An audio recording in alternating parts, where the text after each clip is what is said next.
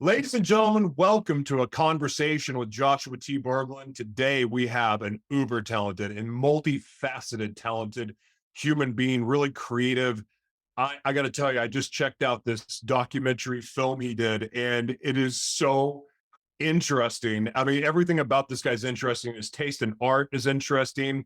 I think the way that he looks at life, which I don't really fully know yet, but just the content that he's created that is just incredible is so different and so unique. This is a conversation I'm really excited to have because I want to get to know what's inside our guest, Mike Messier's head. And by the way, he's got a really, really cool, interesting last name because one of the greatest hockey players of all time is Mr. Messier. So I'm sure you hockey fans know who I'm talking about. But without further ado, it is an absolute honor for me to introduce to you, as I said, the uber talented Mr. Mike Messier. What's up, Mike? How you doing? I'm doing great, Josh. Thanks for having me on the show, and I look forward to speaking with you today. And Mark Messier won a Stanley Cup without Gretzky, but Gretzky never won a Stanley Cup without Messier.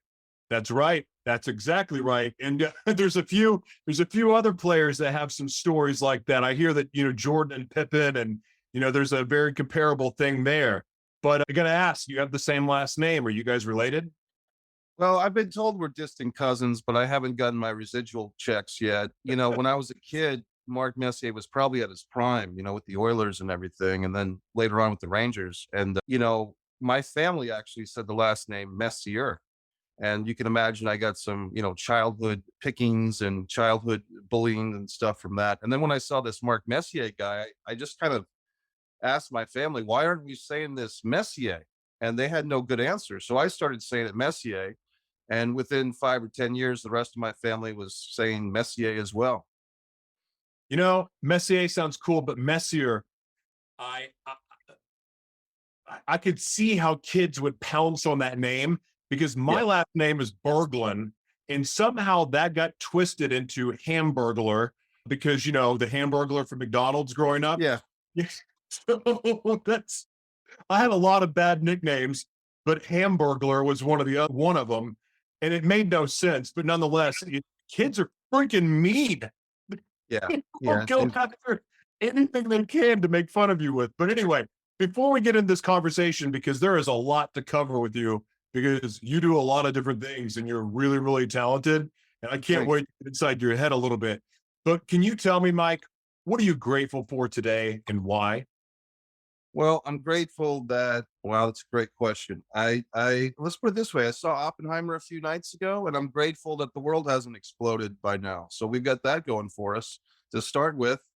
And maybe on a more personal level, I live in a home where my roommate has kids, and they're here some of the time. And the kids are kind of they're good kids, but their friends are very loud. And so during the summer breaks, their friends come over, and I'm grateful that school starts early in Florida. It starts in less than 2 weeks. So not that I'm counting down the days, but I'm counting down the days. Well, you know what? Don't tell anybody this, but I'm really excited that school's starting too, because I would really love some time alone with my wife. I haven't been able to hang out with her in a while. And but I mean, I love her kids. Her kids are amazing, but they kind of steal my quality time. So I understand the excitement about school. I don't even know where to start with you because the last thing that I checked out that you created is your art, and your art is freaking weird and awesome and interesting and really hard to take your eyes off of. And then the Disregard the Vampire, the Mike Messier documentary, that's really interesting. You're just a really talented guy. Like, like, okay, Disregard the Vampire. Like, where in the heck do you come up with a name like that? What does that mean? The original title of the piece was Disregard. And then as we started making the project, people kind of disregarded the title of Disregard and just started saying the Vampire Project or the Vampire Movie. And then, I try to be a little aware of marketing and just thinking like, if I'm trying to reach people, the word disregard, I think, is cool for a title, but yet it's not very specific. It's kind of a vague title. So throwing the vampire in there made sense because at least you're kind of giving some indication of the project. Now, that's when the project was originally a narrative. And as you know, you've watched the doc that's on YouTube on One Man and a Camera Films. And once it became clear it was a documentary, I really had to take ownership of the project. Just to give the audience a little bit of a summary, we were making this vampire narrative film. The lead actor dropped out after we already started filming. I had to get a replacement actor who was actually a rock and roll singer who had really hadn't acted in 20 or 30 years. And somehow we made a project, but it was no longer a narrative. It was a documentary. And we filmed in 2014. The editing of the doc wasn't until 2017. And just to inspire myself to keep going with the editing of it now being a documentary and some of the disappointment that we didn't make our narrative vampire film, I had to put my name in the title to take accountability for the process. And that's kind of what the documentary is about. In New England, Joshua, there's a lot of people who start to make films and don't finish. And I call them choke points. You might have an idea, but you don't write a treatment. You might write a treatment, but you don't write a script. You might write the script, but you don't film it. You might film it, but you don't edit it. You might even edit it, but it gets lost in a hard drive in your basement. And that wasn't a problem just with me. That was a problem with a lot of my colleagues in New England, to the point where we're kind of losing momentum and we're losing interest in making our own films. So by putting my name in the title, I said, better or worse, sink or swim, I have to own this project. And so that's why I put my name in the title. You know what? So I really dig that, man. I dig that because and I'm guessing here, but you have a dream, you have a big dream, and you may not have all the resources that you want or need to be able to bring that dream to life right now, but you're doing it anyway. And a lot of people, and correct me if I'm wrong where I'm going here, but a lot of people say they want to be a filmmaker, they want to shoot TV shows or make documentaries or create a podcast or make a movie, and yet they'll start it, but then they leave it somewhere. And of course, the filmmaking process, anyone who's ever made a film knows how difficult it is because I mean, there's a lot of $5 million films that have no distribution, that have been made, shot, have actors, people. I mean, there's a lot of that. There's a lot of unfinished projects out there. There's half baked ideas, but to see it through from beginning to end and then get to distribution, like people don't really understand unless they've done it, how challenging that process is. And at the same time, there's just as many people that say, one day I'm going to write a book. One day I'm going to make the movie. One day I'm going to do this. As soon as I have the money, as soon as I have the budget, I'm going to do this. And you didn't do that. You could have been one of those stories of a half-baked idea that didn't finish, but you saw it through. So to me, what that says is you have a dream and you're willing to sacrifice anything and everything to make that dream happen. Am I off base? No, you've got it. You've got it, Joshua. And there was also a lot of people involved. And I felt an accountability to people. I mean, as an actor myself, I know that a lot of times, especially when you're a new actor or a non-union actor, it's not about paycheck. It's really not even about, for most of us, it's not about fame. It's, let's do a good project. And if you're taking people's time away from their family, their friends, one of our actresses was in college, taking time out of classes to do this thing. I feel a personal integrity test, like I've got to deliver on a project.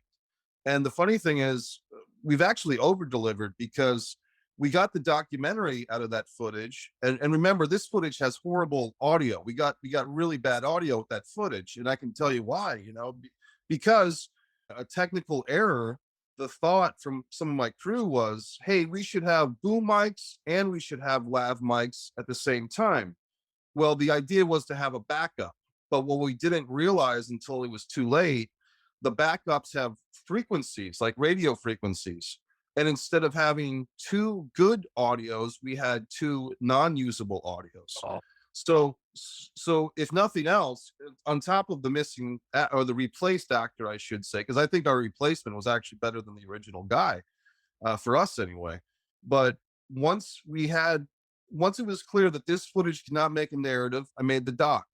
And then a year ago, Joshua, me and my buddy Tim Labonte went back and we took that original footage that I've watched thousands of times at this point, and we made a 16-minute silent film out of it.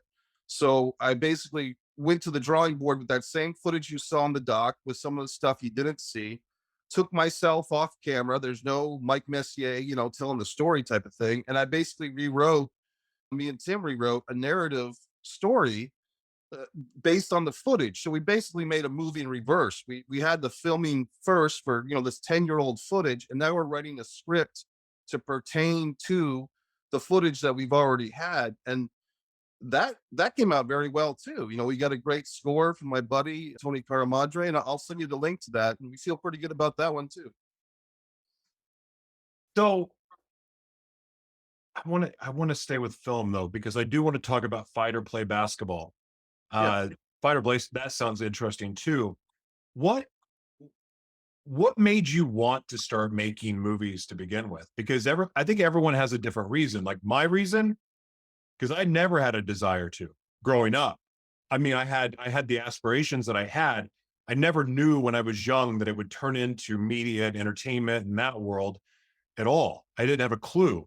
But when my passion ignited for filmmaking, it became it came from the understanding of how powerful storytelling is. And it's different than speaking on stage. And speaking on stage is one of the most exhilarating things that I get to do. I love to MC, but there's something about creating a story and making a movie out of it, even if it's sharing your own story.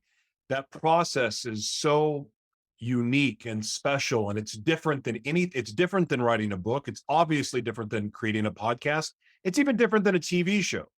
But so the process is different for everyone. The reason why people get into it is different for you. When did you get inspired to become a filmmaker, and why?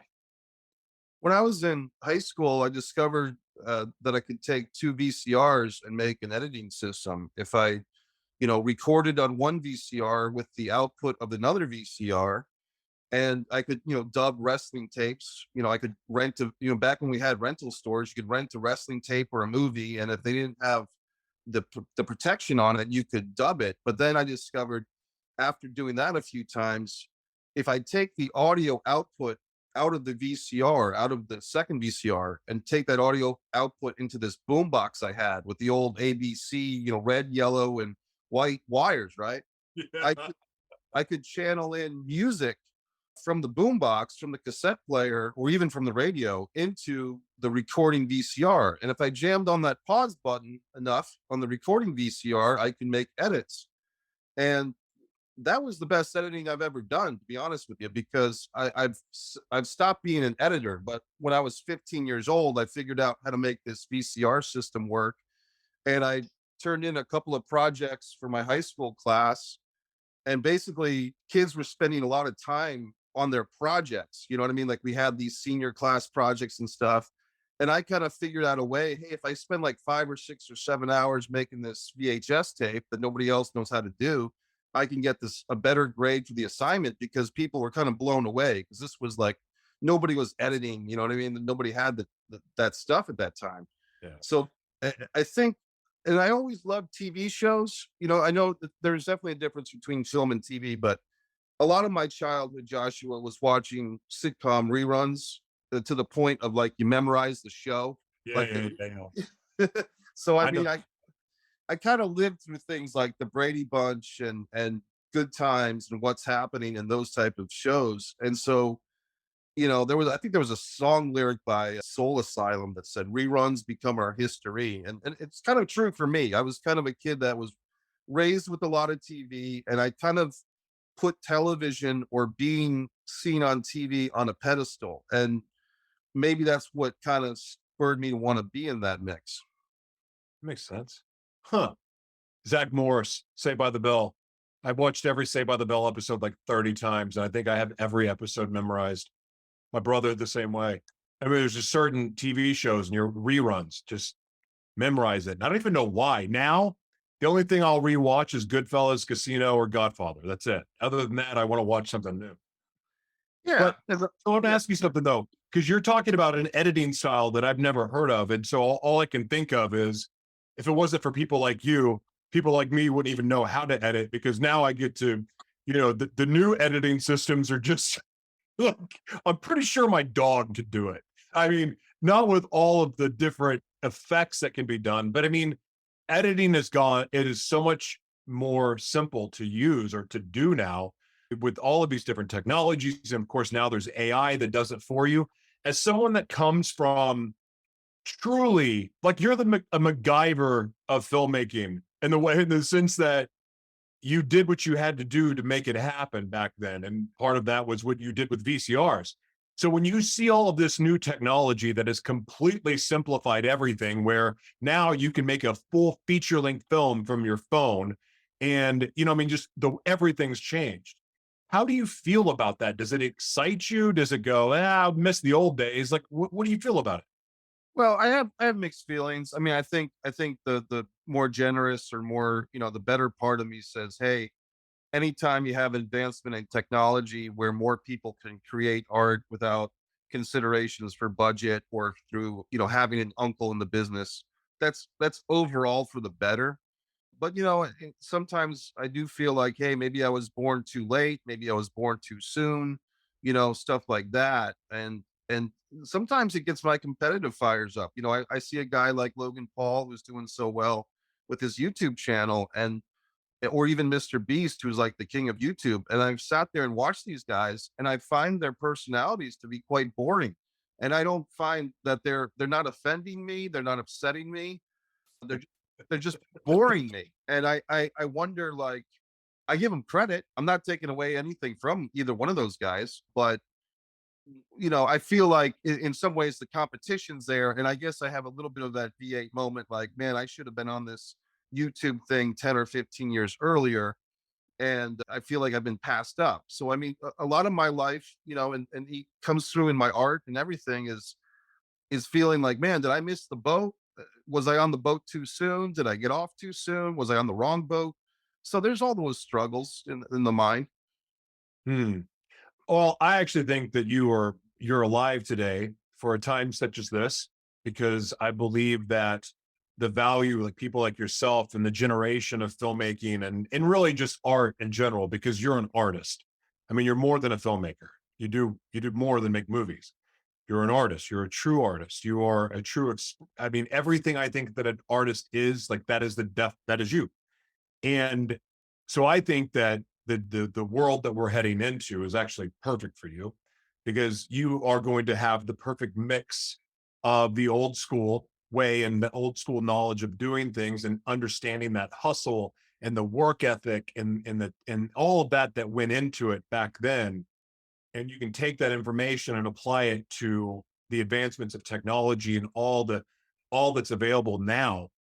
I really believe that that is going to serve you well. And I personally believe you're going to do really, really well in the self hosting realm, meaning instead of relying on a YouTube, betting on yourself and betting on that. And that's a whole other conversation to go down. But myself, our organization, we are all about independent media and working with the independent creators to help launch them and providing an ecosystem where independent creators that don't have the big agents and the huge contracts and all that other stuff, like we want to work with them to elevate them, but also empower them to own their likeness and get paid what they're actually worth instead of taking pennies on the dollar that you get on YouTube. Because I'm monetized on YouTube, and I kind of I just put my clips there. In fact, I think I'm kind of even done putting stuff on YouTube, even though I'm monetized. But like I'm getting pennies on the dollar, pennies on the dollar. Like, why would I do that? Because I can have 10,000 views on a YouTube video and make $5 from that. Right. If I get 100 views on my website, that's $1,000.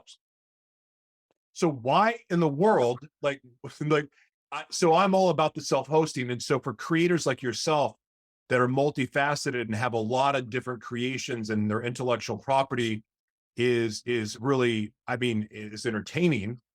You have a really unique opportunity, I believe, with independent media to get some really cool projects done. And I'm actually really excited to see what else you have that's not released, because one of the things that we're doing on our platform at Dirt Merchants Movie Company is helping artists publish. So I want to talk to you about that in a separate conversation. But you are a unique talent. And the reason why I've kind of gone off on this little tangent is because you've been at this longer than I have. I came in when I decided that I was going to go down this path. I came in right when Facebook Live started. So for me, that was like training my brain for distribution and all of the different ways to repurpose content. Like that was my introduction to the new media. And then Right. from that, ended up with my own network and now run a network and a company. But that came from what I learned with new media. You come from an old school and you've been at this longer. And now, here we are with this opportunity. I've heard you saying the things that you were saying. Like, I really believe that now is your time, and you have a really unique opportunity to monetize your likeness, your art, your old work, and then create new stuff. So, if I can ever be assistance to help you do any of that, I love to help people, especially people from the old school, because you offer so much value for people like me that I want to teach you all the new media stuff because I want to see your dream come true. Yeah, I really appreciate that. We'll definitely talk again, either off air or however you want to do it, because I'm intrigued and I definitely have the stuff, Joshua. I mean, I've got these novels. I mean, I recorded a spoken word CD in 2003 that's just kind of sitting on a shelf. You know what I mean? So I've definitely got that's the thing about me is like I don't have a hard time creating content. It's the distribution, the marketing, and a lot of times with me, what happens is I get so frustrated with the lack of, you know, distribution that I just move on to something else creatively. And whether that's, like for instance, the last month I bounced back and forth between my acrylic art and my YouTube and my revising my screenplays and stuff like that. So I mean, to have somebody who's a little bit more or a lot more, focused on the modern way of doing these things, that'd be great. Oh, you're the exact reason why. People like yourself, when I was envisioning when I created Media Company in a Box, and I just use it for our company and I use it through the educational courses that we teach that we just give away for free. I mean, it's my creation and I get to give it away. So I love to work with people like yourself to show you it's really, really simple. Like, and the funny thing about this process and what Media Company in the Box is, and I'm not trying to sell you anything because again, it's mine. I give it away when I choose to. This is like when you see it, it's like, why didn't I think of that? Like literally, that's what happens because you have all of these different revenue streams that are you're waiting, but they have no foundation to launch off of. And essentially what it is me creating your foundation. I'm not going to go into what all of this is right now, but I've got the foundation to build. I can already see with the content that I've already seen of yours how to put it together in a way that would really showcase your portfolio of creations. So when we're off air, like one of the things that I really want you to do, I can't believe I'm doing this during the actual conversation, but one of the things that I really want you to do is to send me a Google Drive with your art, your books, and anything that you want to send me to look at because that doesn't have distribution because I can help you. Like that's what if anything I'm good at, and I'm good at a couple things, but if anything I'm good at, it's distribution. Like I fully understand it. And ironically, distributing a t-shirt or a skincare product is no different than distributing a movie nowadays. It's all the same. So I've got a system. I'm going to give it to you and I'm going to teach it to you if you want it, because I think you're a really talented guy and just a really neat talent. And I'm just blown away with what I've seen so far. But I want to talk to you about fight or play basketball. What is that all about? Where did that come from? That is a really neat looking story. Thank you. I was in a writers group back in 2012 when I lived in Rhode Island. And, we had a guy in the group, Carl Dupree, who wrote Detroit Rock City. Like that was kind of our one person in our group that was already successful. Yeah, And that's a good movie. yeah, so Carl's a Rhode Island guy. At least he was then. He's moved to LA since. And there was just others, like there was like five of us who would come and do this group. And we were always kind of challenging each other to provide really good scripts, because when you have a screenwriting group, we met every other week. We met at the same coffee house. We would be there for 3 or 4 or 5 hours. And in that process, at the time, we had seen Rocky Balboa, but not the Creed movies. And I love the Rocky movies. I love the Rocky character. It's a big part of my childhood. And I just on a lark one night at my apartment in Wickford, Rhode Island, I started typing away like what would happen if Rocky was like a trainer.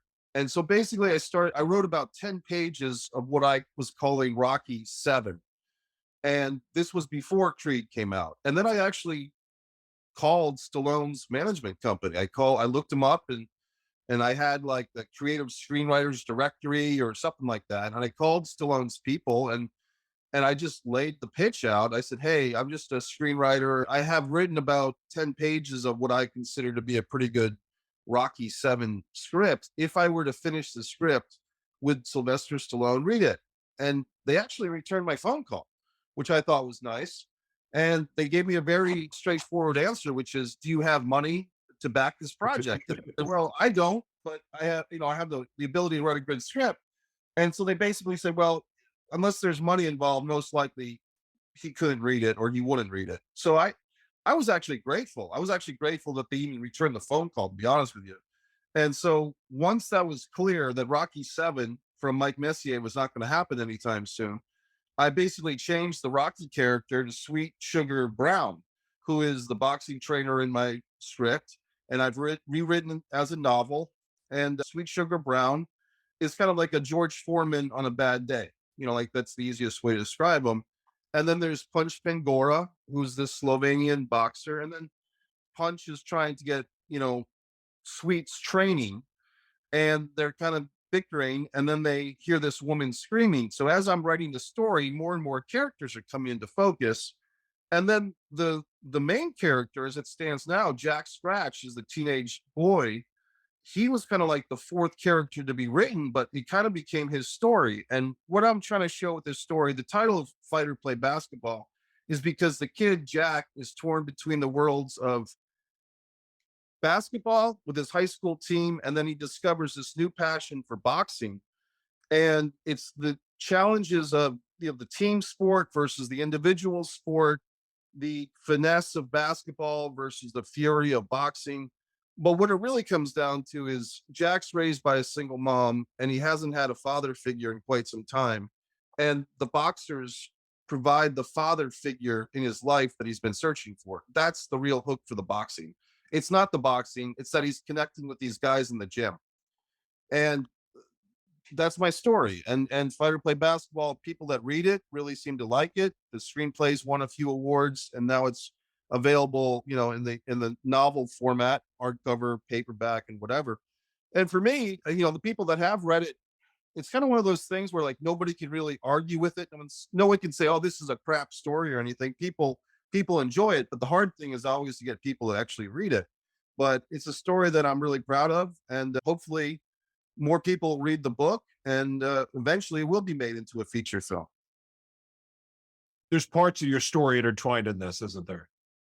Yeah, and I'm from a divorced family. My mom and dad split up, and my dad was pretty active in my life. He took me to a lot of hockey games and so forth. And but the reality was, my parents were also a little bit. They were about 10 years older than most of my friends' parents, and I didn't really think about that as a kid. But when I look back on how things went down, I think that that 10 years was pretty significant because they were a little less, physically active than other kids' parents, let's say. You know what I mean? And I don't think that was anything against my folks. I just think that they were just older, and they didn't have that same energy or participation. And I think that kind of turned me a little bit inward, meaning I became more of an indoor kid, like watching TV and spending time with my action figures as opposed to out playing ball all the time. And I think the manifestation of this Jack character is kind of the kid that I wish that I was, but I wasn't. You know what I mean? So I'm writing this Jack, this kid that's great at basketball, which was like the one sport that I was halfway decent at, and he's good at boxing, which I've always loved boxing as a fan. but so Jack is kind of living the life as a character that I wish I had lived as a kid, but didn't, and I can say that. And then the backdrop of Providence, Rhode Island, Rhode Island's a very interesting state. It's a small state. I lived there for a long time. It is a state where if you're around long enough, people treat you better just because like familiarity is a big thing with folks up there. And they're almost suspicious of you until they've known you for 20 years.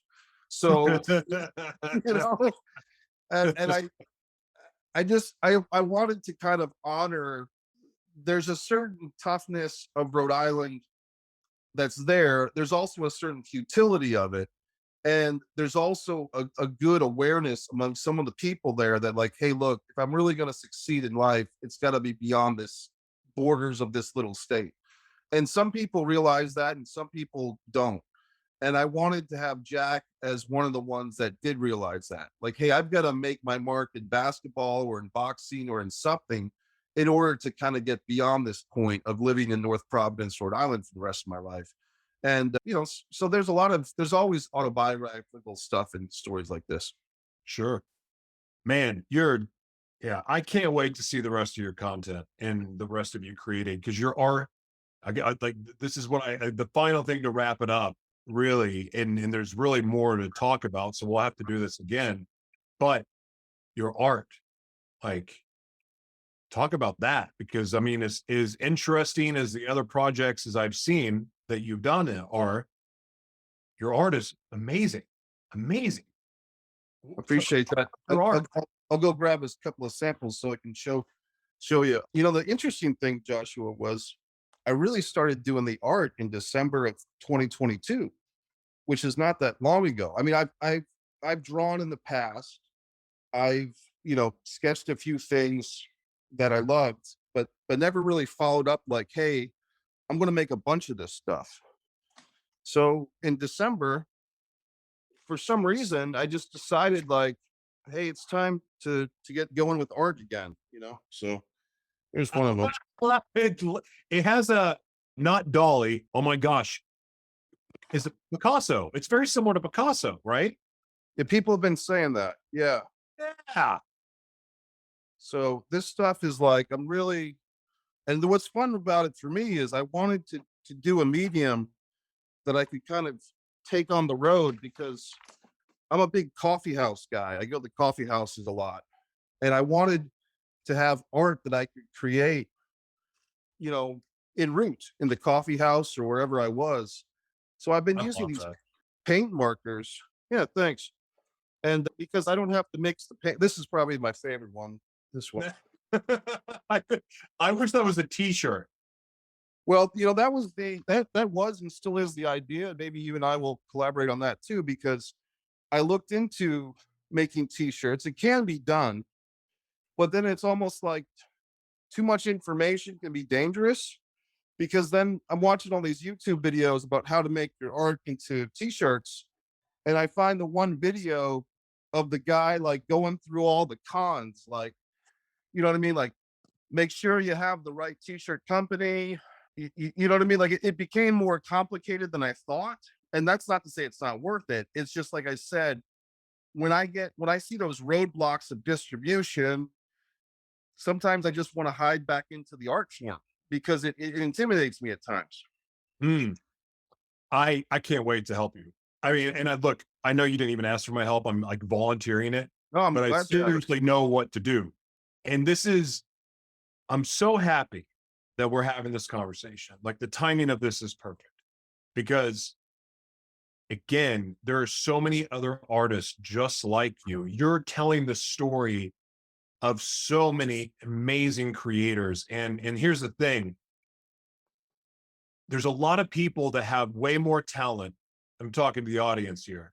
There are people out there that have more talent than anything you will ever see on TV, anything you will ever see in an art gallery, anything you will see on the screen, anywhere that get passed by. And there's reasons for that that are not necessarily fair. There's a, and I guess fair is one of those words like F fairness and, but the fact is this, there's a lot of musicians that are not signed that have no one even knows who they are, but they are better than Led Zeppelin and Motley Crue and any other band that you love. And that's just a fact. But the coolest thing about what's happening right now with technology are people like Mike. They are this technology, once they understand how to utilize it, they are going to be able to take all of these creations, these years hard work, blood, sweat, tears, stress, things that could cause relationships to break up, business partnerships to break apart, friendships to fall apart. But they've got this art that they've created and they're sitting on it and for the world to see, and they have no idea what to do with it. And you know what? Sometimes putting that stuff on YouTube, it's like sending your kids. I don't even want to use the example that was about to come out of my mouth, but it wasn't good or nice. It is awful. Like it's this, it's cheapening your product when you have to give it away for free when it's value. There's value there. I'm telling you, artists, creators of all kinds, like there is now is your time. Like now is your time. And I want to help. And Mike, I want to help you because I believe that you have the art, the skill, and the talent to do something really, really special. And all it's going to take, brother, is putting it on a platform that allows people to see all that you've created. And I'm going to help you do that Well, because great. I want the world to see it. And I'm not blowing smoke up your butt. I'm serious about this because I want to see this get out to the world, all of it, all that you're doing. I want to see it get out to the world because the most devastating thing in the world for me to ever hear is or to even hear about is a story like yours where you have it. It also excites me because I know how to help. But it sucks because I know there's a lot of other people like you. And as an artist, as a fellow artist, my wife is an artist. All my best friends are artists. I know what that feels like to have an art that, I mean, I know they say you're not supposed to care what other people think of your art, but when you've created something, you want the world to see it, Right. especially with what you're creating. So I'm excited to help in any way that I can because I think what you're doing is awesome. I love the way that your mind works in creating these stories. And I also love the fact that you're willing to fall on your own sword and take accountability for that because even that is art and it's beautiful. Well, that's very well said, Josh. Well, yeah, I mean, I think like you experienced the Disregard the Vampire doc, and I'm glad that you watched it. I appreciate that because it's one of those things where that story it pretty much represents me and where I'm still at, and you can see in that 40-minute doc that I'm alluding to these other screenplays that I've written, like American Luchador and Chris and the Coffee Girl. And I do feel like those scripts have a lot of merit. And, right in the last month, I've made a process of basically spending a lot of time, about 2 weeks, on each of my canon of screenplays, revising and tweaking and looking for things that maybe, even if the script is 5 or 6 years old, what did I miss when I wrote it then? And I trust me, I do so many revisions, but it's like, what can I do in 2023 to make this 2015 screenplay better now? And I've spent about 2 months on all these scripts. I've got one that I'm going to work on today too, because I feel like I want to get these things made. Like that's the whole point of Disregard the Vampire, was to take accountability and to be a catalyst for some of those other scripts to get made as well. So I hope that you and I can work together and make some of this stuff happen. Yeah, we're gonna set up another appointment to talk and go through this process because it's not gonna take much. And the good news is you're not gonna really have to spend any money. I mean, I mean, there's obviously if you there's it makes it easier if you spend money, but at the same time, there's a free way to do this. And that's what I know how to do the best because I had to do it myself. In fact, I'm not teaching anything that I learned from some course that I paid 10 grand for. No, I had to learn all of this because there was no other option for me. I didn't have the money. I didn't even have a home when I started. Wow. And so, I mean, but I believed in what I was doing and I pursued my vision. And the reason why I have so much respect for you, Mike, and the reason why I keep saying I want to help is because I know where you're at, like I do. And I Yeah. know as somebody that I believe I'm a talented guy. I believe that I create some interesting things. And at the same time, I know what it's like to get rejected and to think my dreams taken off and going somewhere, and then it's just like, oh, another disappointment, another letdown, another person not doing what they say they're going to do, or that investor disappeared the day we were signing. I mean, I know those things, or even raising money for films and not getting paid for it. Like I know that life. And I'm grateful for it now looking back at it because it backed me in a corner. Even getting kicked off, I got kicked off of Apple TV. I got kicked off of YouTube twice and Twitter and Facebook and every other platform you can imagine. But yet, looking back at it now, I am so grateful that it happened because it forced me 2 years ago to start down the path of self-hosting, learning I don't know if you know Masterpiece philosophy on the entertainment industry, but like applying those lessons I learned from him when I was in college, and it's all paid off. And now I don't have, it's not even, I'm not doing it for the fame. I'm not doing what I get to do to try to be famous. I'm doing it because I'm passionate about it. And this is the way that I'm called to do. This is what I'm called to do, what I get to do. And I want to help everyone do that. And it's, I don't know what happened. I don't know who decided this, but for some reason, we've grown up in a world, Mike, that after we're a kid, we're a kid for a few years, and then all of a sudden they tell us to quit daydreaming and quit using our imagination and quit creating. And we need to get a job and we need to be serious and we need to tuck in our shirt and act college. Like we've gone away from this desire to pursue our dreams because it's you need to get a job and get married and have kids and provide for your family. None of it's ever talked about is each and every one of us were created to do something specific. And mind you, we can do it a lot of different ways, but we were given talents, we were given gifts, and then we have our intellectual property of the lives that we've lived. And that's where we're supposed to operate. That's where we get to create. That's what we get to do. That's the value that we get to provide. And that is how that we are supposed to live, is living in our purpose and living our gifts. But you know what? We don't do that because somewhere along the lines, we quit using our imagination, quit dreaming, and quit believing that these images and these downloads that we get are actually supposed to be things that we do and use. Yeah, well said. I used to teach acting and I did it for a long time and I enjoyed it.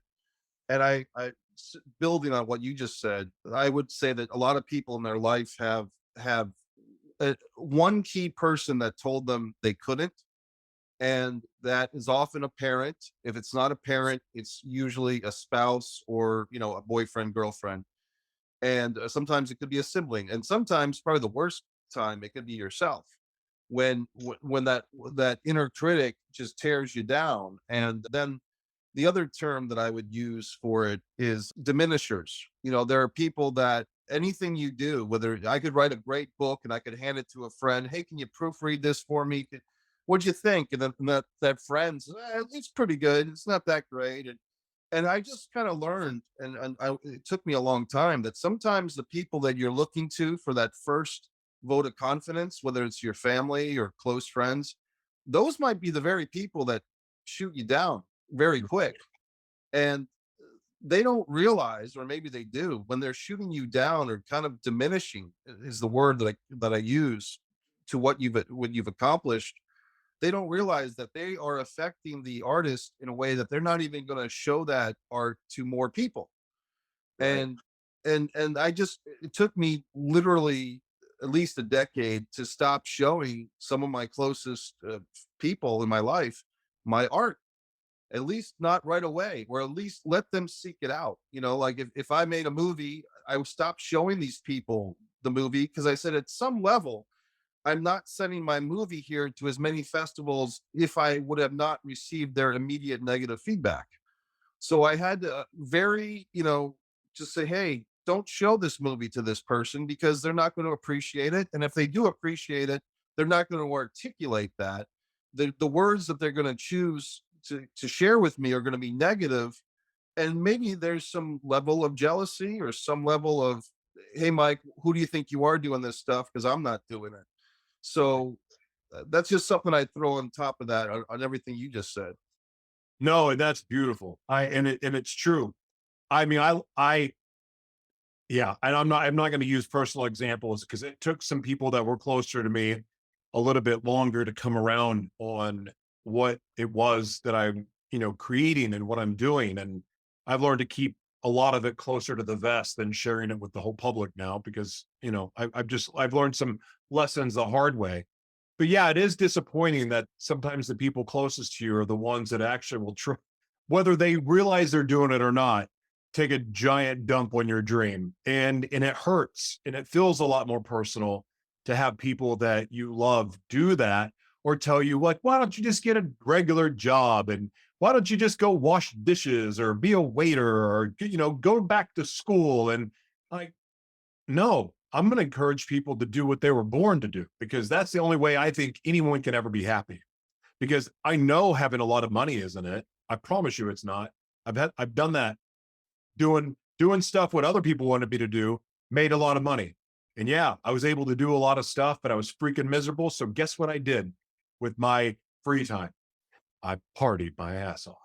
And, and I partied when I was happy and partied when I was sad and all that other stuff, but I wasn't fulfilled. I wasn't happy. And I didn't have a reason to not party, to be honest with you, because I'm just going to work and I'm going to go through the motions. I'm really good at what I do. So I don't even really need to be coherent to do any of this. I know what I'm doing like a robot, and it's not fulfilling. Now, I still want to party all the time. It is hardwired in my brain to be a partier, like a rock star. Like that is how my brain works. But here's the thing. Every day I go, but I get to do this tomorrow. I get to broadcast with a really interesting guy named Mike Messier. So I'm not going to party tonight. Oh, I'm going to go do this with my kids. And so yeah, I can't party that day. Okay, well, never mind. And then I take my attention elsewhere. I quit telling by the way, for you addicts out there, the way that I don't tell myself that I can't do anything because that's bad for my brain. But I choose not to do things and I choose to find something better. Now, here's the problem. If I don't find something better to do, I'm in a lot of trouble. But fortunately for me, I love what I do.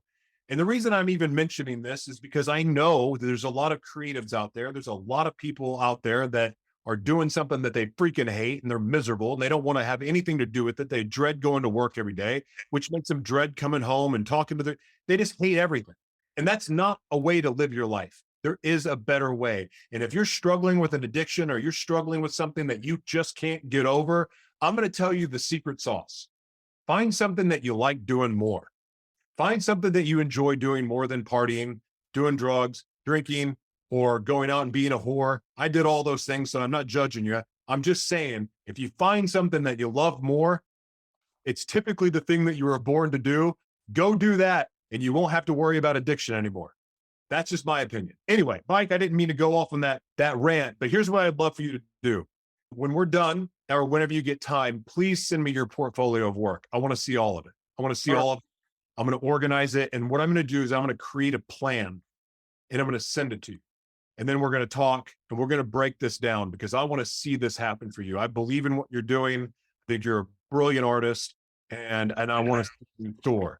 But with that said, can you please plug your website, plug your social media, plug anything you want to plug and promote? And then any last words you feel led to share, the floor is yours, my man.